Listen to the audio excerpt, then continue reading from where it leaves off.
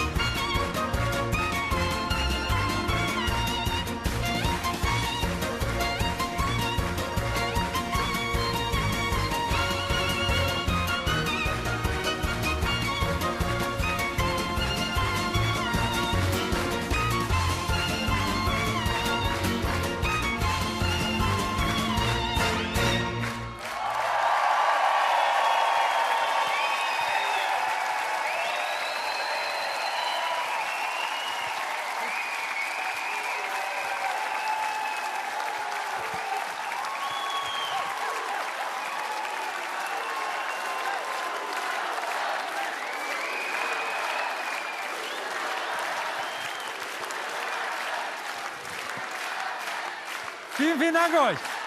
Danke, danke, danke. Zu Hause, merkst, ne? Ja, danke, danke. David Garrett mit Bella Ciao.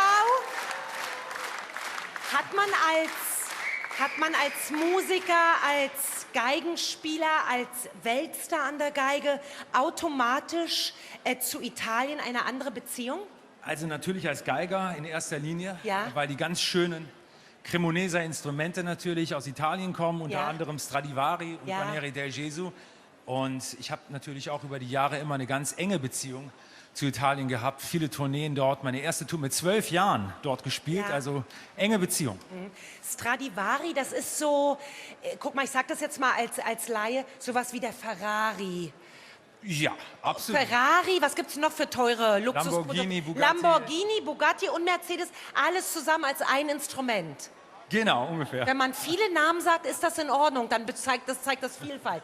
Warum konnte denn Herr Stradivari, den es ja nicht wirklich gab, oder? Doch, den gab's. Antonio Stradivari Antonio gab's. Stradivari. Warum, was konnte der, was andere Geigenbauer nicht konnten? Ah, der hatte viel Talent für das Modell selber. Also das ist wie bei Ferrari, die Ja. sind ja nicht nur toll zum Fahren oder andere Autos, Ja, aber die leisten auch ordentlich was. Ja. Und es geht ja nicht nur um schön aussehen, sondern es geht auch um den inneren Charakter und das ist halt die Stimme bei der Geige und das funktioniert halt wunderbar zusammen. Gut, du darfst uns jetzt einmal, einfach weil es auch so jenseits aller Vorstellungen ist, ich sage jetzt mal für eine richtig gute 100 Jahre, 150 Jahre alte Stradivari-Geige, zahlt man ungefähr was? Die sind ja alle im 18. Jahrhundert gebaut worden, das heißt, die sind alle viel älter als 150. Die zahlst ab 10 Millionen Euro. Nein, dann. Ja. Aber klingt auch schön, oder? Oder klingt, ja. 10 Millionen Euro. Das muss man sich auch erstmal versichern lassen. Ist es du auch. bist, und das ist mir eine große Freude, tatsächlich fürs ZDF demnächst unterwegs Genau. in Italien. In Italien. Wir haben ein wunderschönes Amphitheater in Caracalla, wo auch die 3 Tenöre damals das berühmte Konzert aufgenommen haben. Ja. Da machen wir eine Produktion fürs ZDF und Arte. Ja. Es gibt eine kleine Dokumentation drumherum und das ganze Konzert von der neuen Tour Alive. Wo wir halt auch damit starten, die Welttournee. Dann gehen wir natürlich auch nach Deutschland irgendwann mal im Herbst. Ich hoffe, euch alle da zu sehen. Ja. Und ja, da freue ich mich unglaublich Kommst du nach drauf, Israel? wieder was mit dem ZDF zu machen. Kommst du nach Israel auch? Israel ist auch mit dabei, ja Da klar. komme ich dann. Sehr, sehr gerne. Sehr, sehr gerne. Bist du eigentlich noch, du bist so lange jetzt schon auf der Bühne, obwohl du noch so wahnsinnig jung bist, hast halt sehr zeitig angefangen, hast ja gesagt, mit Schatz, 12 was willst schon. du trinken? Geht doch nicht. Aber hast ja gesagt, mit 12 schon. Bist du vorher noch richtig aufgeregt? Ja. Ich freue mich. Ich glaub, du freust dich, okay. Je älter man wird, desto mehr genießt man auch die Momente. Am Anfang hat man natürlich immer den Druck, du musst jetzt abliefern und die Leute müssen da Spaß dran haben, aber irgendwann mal kommst du an das Alter, wo du sagst, ich habe Spaß dran und wie die Leute auch Spaß dran haben, ja, das ist doch heute optimal gelaufen.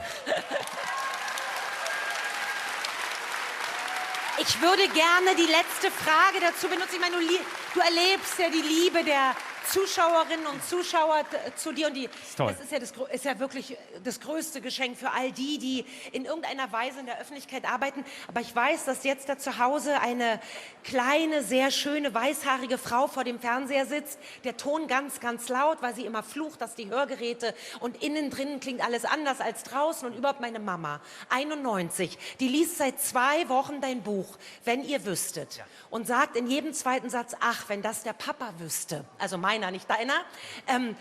Sag was zu dem Buch.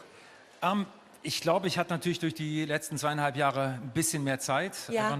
durch das wenige Reisen und habe mich dann zusammengesetzt mit Leo Linder und habe so ein bisschen mein Leben aufgearbeitet und hatte jetzt auch so die Muße und die Zeit und auch die Besonnenheit, das alles mal so zusammenzufassen. Und es hat mir viel Spaß gemacht, bin richtig in Erinnerungen geschwelgt und ich glaube, das merkt man auch, wenn man das Buch liest. Das ist unglaublich spannend und vielseitig und es ist ein Riesenabenteuer, das zu machen. Meine Mom, stimmt, Danke. ja? Haben Sie auch gelesen? Gut. Haben Sie das Buch? Meine Mama auch. Also schwerst begeistert. Absolut lesenswert, absolut hörenswert, absolut sehenswert. David Garrett!